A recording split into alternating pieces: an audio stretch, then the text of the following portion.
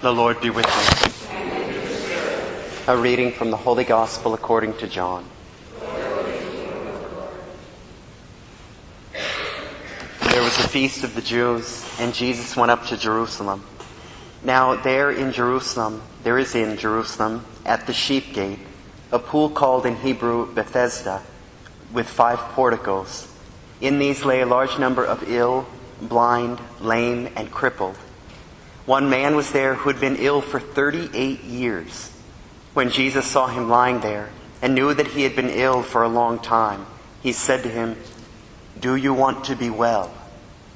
The sick man answered him, "Sir, I have no one to put me into the water when the water is stirred up. While I am on my way, someone else gets down there before me." Jesus said to him, "Rise, take up your mat and walk."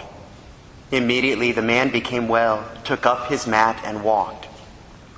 Now that day was a Sabbath, so the Jews said to the man who was cured, "It is the Sabbath, and it is not lawful for you to carry your mat." He answered them, "The man who made me well told me, 'Take up your mat and walk.'" They asked him, "Who is the man who told you, 'Take up and walk'?" The man who was healed did not know who it was, for Jesus had slipped away, since there was a crowd there. After this, Jesus found him in the temple area and said to him, "Look, you are well. Do not sin anymore, so that nothing worse may happen to you." The man went and told the Jews that Jesus was the one who had made him well. Therefore the Jews began to persecute Jesus, because he did this on a Sabbath. The Gospel of the Lord.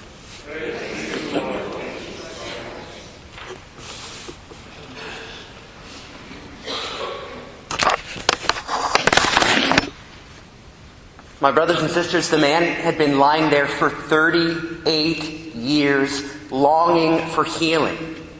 And our Lord comes up to him and says, "Do you want to be well?" It almost sounds cruel or insulting, or at least the most obvious of questions, right? I've been here 38 years. What was our Lord doing?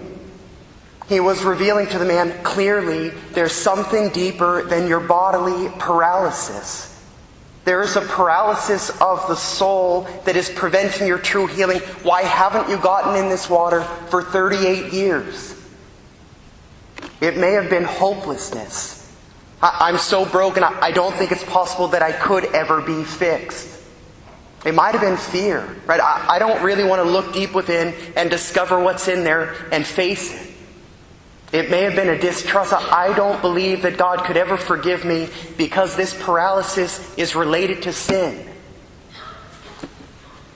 My brothers and sisters, our Lord is asking every one of us in this gospel, do you want to be healed?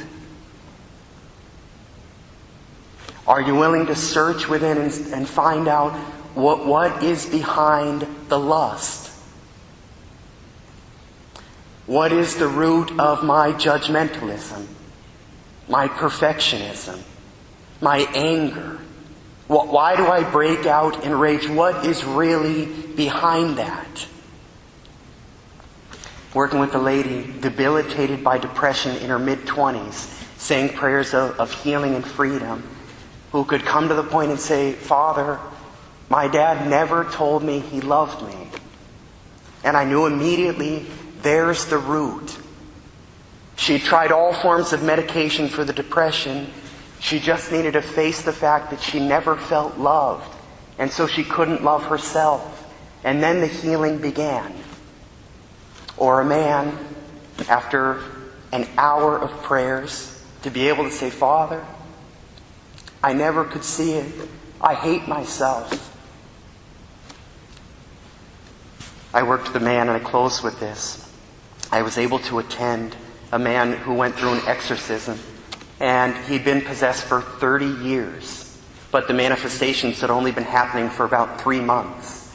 After the second session, and they were long, grueling sessions, he called the priest exorcist and he said, "Father, you know what? I think I'm just going to live with this." You're possessed, right? What are you talking about? You know what? The last 30 years, they haven't been too bad. That's the man lying near the waters. My brothers and sisters, that might be us. You know what? I'm just going to live with this and stay the way I am. And our Lord is saying, do you want to be healed? I can do it. But will you join me? Because it might be some hard work.